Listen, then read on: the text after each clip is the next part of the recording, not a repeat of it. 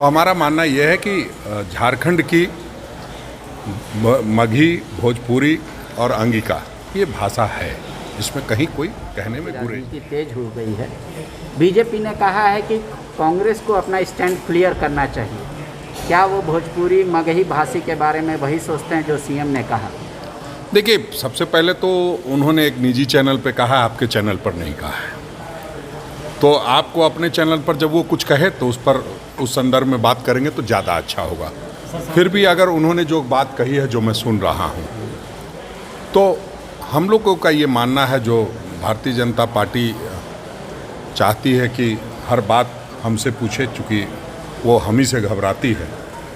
तो हमारा मानना यह है कि झारखंड की मगही, भोजपुरी और अंगिका ये भाषा है, इसमें कहीं कोई कहने में गुरेज नहीं है। अगर मुख्यमंत्री जी ने कोई बात कही है तो उनको कोई संस्मरण याद आया होगा, और बहुत संजीदगी से जब वो बात करते हैं तो संजीदगी से करते हैं, दिल से करते हैं।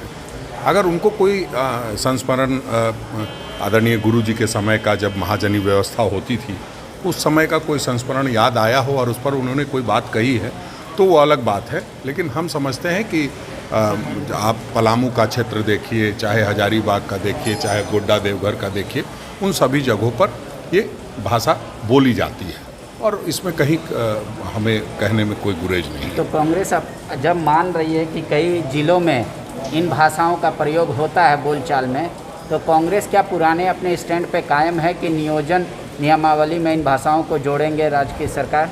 बिल्कुल बिल्कुल कायम है। हम लोग इस पर बात करेंगे, अभी चर्चा होगी आदरणीय मुख्यमंत्री जी से। बहुत ज़्यादा इसमें परेशान होने की आवश्यकता नहीं है। जो लोग अपने आप को झारखंडी मानते हैं उन्हें उस बात की कोई तकलीफ़ नहीं होनी चाहिए। जो लोग ये समझते हैं कि हम झारखंड में रहते हैं, झारखंडी नहीं हैं, तो वो एक अलग बात है। लेकिन उस जो उनका पूरा संदर्भ आप देखेंगे, पूरा जो इंटरव्यू देखेंगे, तो उसमें उन्होंने इन्वेस्टर्स को बुलाने की भी बात कही है। तो ऐसा नहीं है कि जो बाहर से उद्योग लगाना चाहते हैं उनको भी वो इनवाइट कर रहे हैं। तो कई बार कई संस्मरण याद आ जाते हैं, उस पर उन्होंने कोई बात कही है, तो इस पर इतना आप लोगों को फोकस करने की ज़रूरत नहीं है। जब आपके चैनल पे बात करें तो आप कहिएगा, मैं जवाब दूँ। राजेश जी, आप कह रहे हैं कि हाँ, झारखंड के कई जिलों में ये भाषाएं बोली जाती हैं। क्या उन जिलों में रहने वाले लोगों को जो ये भाषा का प्रयोग करते हैं कांग्रेस झारखंडी मानती है या नहीं? नहीं, बिल्कुल झारखंडी, जो झारखंड में रहता है वो झारखंडी है। जब मुख्यमंत्री जी ने नियोजन नीति में स्पष्ट शब्दों में कह दिया है कि जो 10वीं पास करने वाला व्यक्ति है वो झारखंड में रहता है, तो कहीं इसमें कोई बहुत चिंता करने की आवश्यकता नहीं है। नहीं, आपने कहा कि झारखंड के लोगों को चिंता करने की ज़रूरत नहीं है, जो अपने आप को झारखंडी समझते हैं। बिल्कुल, भले वो भोजपुरी और मगही बोलते हैं। हाँ बिल्कुल।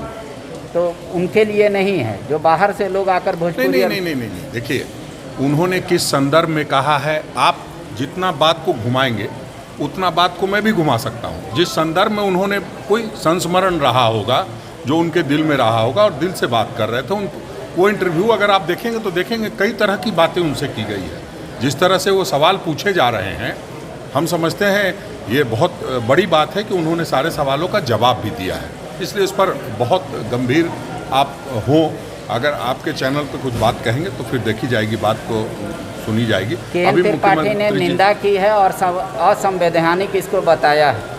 नहीं, देखिए, केएन त्रिपाठी जी ठीक कह रहे हैं, भोजपुरी भाषी हैं, वो अपनी बात सही कह रहे हैं। संवैधानिक और असंवैधानिक तय करना तो न्यायालय का काम है, उसमें हम लोग देखते हैं क्या सही है।